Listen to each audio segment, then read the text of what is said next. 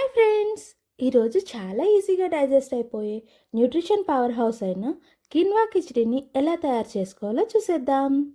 ముందుగా అయితే ఒక కప్ కిన్వా, ఒక కప్ మూంగ్ దాల్ని బాగా వాష్ చేసుకొని ఒక 30 మినిట్స్ పాటు సోక్ చేసుకొని ఉంచుకోండి.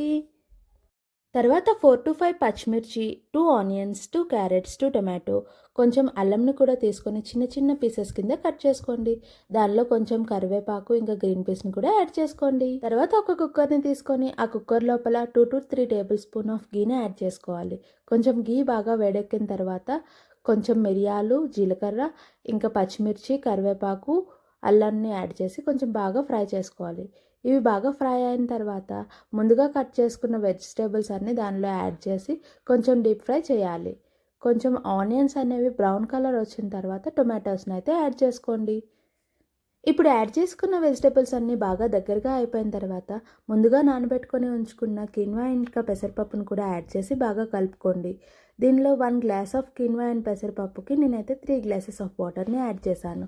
దానిలో రుచికి సరిపడా ఉప్పు అండ్ లాస్ట్లో కొంచెం కొత్తిమీరని యాడ్ చేసుకొని కుక్కర్ మూతనైతే పెట్టేసుకోండి. ఇంకా కుక్కర్ 4-5 విజిల్ వచ్చిన తర్వాత ఓపెన్ చేయండి. చాలా యమ్మీ అండ్ టేస్టీగా ఉండే కిన్వా కిచిడి అయితే రెడీ అయిపోయింది. మా టింకు కూడా టేస్ట్ చేసి చాలా బాగుంది మమ్మీ అన్నాడు.